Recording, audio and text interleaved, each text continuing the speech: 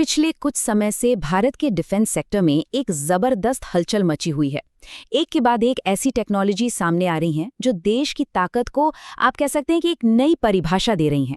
तो चलिए आज डीआरडीओ के बनाए इसी आधुनिक सुरक्षा कवच की परतें खोलते हैं और समझते हैं कि ये भविष्य के लिए क्या मायने रखता है। जरा सोचिए, एक नहीं, दो नहीं, पूरे चार अत्याधुनिक मिसाइल सिस्टम्स का सफल परीक्षण किया गया। और हाँ, ये कोई एक जैसे हथियार नहीं है, बल्कि ये जमीन, हवा और समुद्र की गहराइयों से मतलब हर मोर्चे पर देश को सुरक्षित रखने वाले अलग-अलग सिस्टम्स हैं। लेकिन शायद सबसे हैरान करने वाली बात है इनकी रफ्तार। ये सब कुछ हुआ महज 10 दिनों के अंदर। सिर्फ 10 दिन और 4 बड़े परीक्षण। साफ है, ये कोई मामूली रूटीन टेस्ट नहीं था। ये दुनिया को भारत की बढ़ती हुई टेक्नोलॉजिकल ताकत का एक बिल्कुल साफ और बड़ा मैसेज है। तो ये सब कर कौन रहा है? इस पूरी कहानी के केंद्र में है एक ही संगठन, डीआरडीओ, यानी defence research and development organisation. और इनका मूल मंत्र है बलस्य मूलम विज्ञानम, जिसका मतलब है ताकत का असली स्रोत विज्ञान है। और दशकों से चली आ रही टेक्नोलॉजिकल आत्मनिर्भरता की चुनौती का जवाब डीआरडीओ इसी विज्ञान से दे रहा है। तो पहली और सबसे बड़ी चुनौती है मल्टी डोमेन डिटरेंस। अब अगर आसान भाषा में कहें तो इसका मतलब है जमीन, आसमान और समंदर, हर जगह अपनी सुरक्षा इतनी मजबूत कर लेना कि कोई दुश्मन हमला करने की सोचे भी नहीं।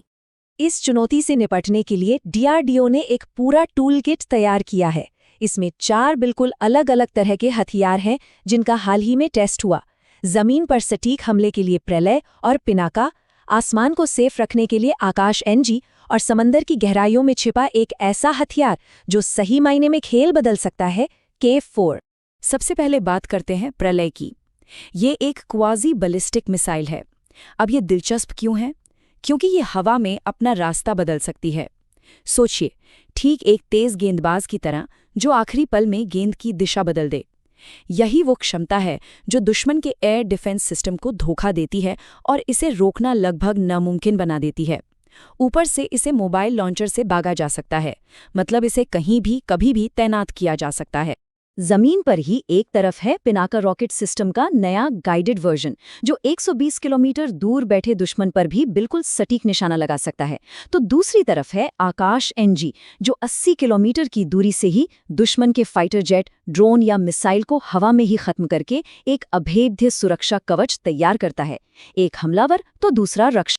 अब बात करते हैं उस हथियार की जो भारत के न्यूक्लियर डेटरेंस का एक बहुत अहम हिस्सा है। लेकिन उसे समझने से पहले SLBM का मतलब जानना जरूरी है।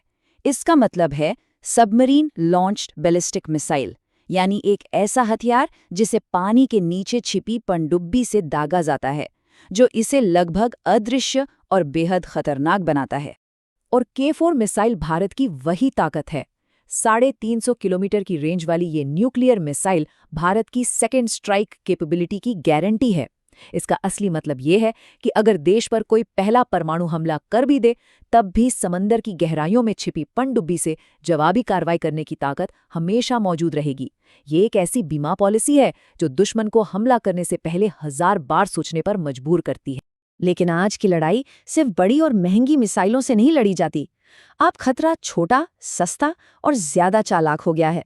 जी हाँ, हम बात कर रहे हैं ड्रोन्स जैसे नए खतरों की।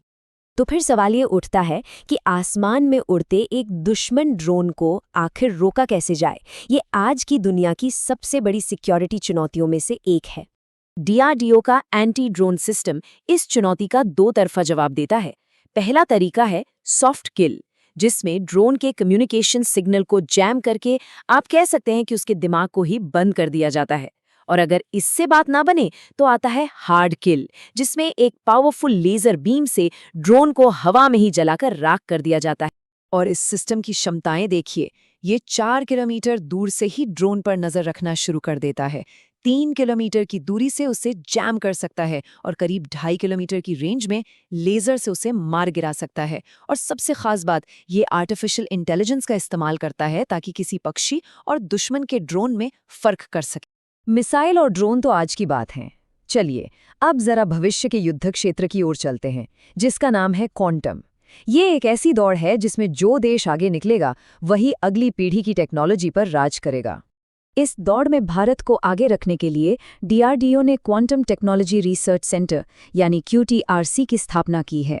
यहाँ ऐसे सिस्टम्स पर काम हो रहा है जो आज सुनने में साइंस फिक्शन जैसे लगते हैं, जैसे क्वांटम की डिस्ट्रीब्यूशन, जिससे ऐसे कम्युनिकेशन कोड बनेंगे जिन्हें कोई तोड़ नहीं सकता, या फिर एटॉमिक क्लॉक्स जो बिना GPS सैटेलाइट के भी एकदम सटीक लोकेशन बता सकें। तो सवाल ये है कि ये सारे आविष्कार, ये सारी सफलताएं आ कहाँ से रही हैं? इसके पीछे की असली ताकत क्या है? चलिए अब उस इनोवेशन इंजन को समझते हैं जो DRDO को चलाता है। सोचिए 1958 में सिर्फ 10 प्रयोगशालाओं से ये सफर शुरू हुआ था। 80 के दशक में अग्नि और पृथ्वी जैसी मिसाइलों के विकास तक पहुंचा। 2000 के दशक में तेजस जैसा लड़ाकू विमान बना और आज हम एक ऐसे दौर में हैं जहां DRDO बहुत तेजी से स्वदेशी टेक्नोलॉजी का प्रदर्शन कर रहा है। इसका सीक्रेट है एक डायनामिक इकोसिस्टम। सबसे पहले देश के IITs जैसे टॉप संस्थानों में रिसर्च होती है। फिर उस रिसर्च को DRDO की 41 से ज़्यादा हाईटेक लैब्स में एक असली टेक्नोलॉजी में बदला जाता है और आखिर में उस टेक्नोलॉजी को देश की प्राइवेट कंपनियों और स्टार्टअप्स को दिया जाता है ताकि वो बड़े पैमाने पर उसका उत्पादन कर सकें। ये ज्ञान, विज्ञान और उद्योग का एक संगम है। तो इन सभी मिसाइलों, ड्रोन्स और भविष्य की क्वांटम टेक्नोलॉजीज को अगर एक साथ रखकर देखें तो एक बड़ी तस्वीर उभरकर सामने आती है। सवाल ये है कि क्या ये सब मिलकर ग्लोबल स्टेज पर भारत की भूमिका को बदल रहा है? इसका निचोड़ ये है, ये सिर्फ हथियार नहीं है, ये एक बहुत बड़े स्ट्रेटेजिक बदलाव का प्रतीक है। भारत अब सिर्फ एक खरीदार नहीं बल्कि एक निर्माता बन रहा है। ये टेक्नोलॉजिकल सॉवरेनिटी और एक पूरी तरह से स्वदेशी रक्षा कवच बनाने की दिशा में एक बहुत बड़ा कदम है। और ये हमें एक बहुत ही अहम सवाल पर लाकर छोड़ता है।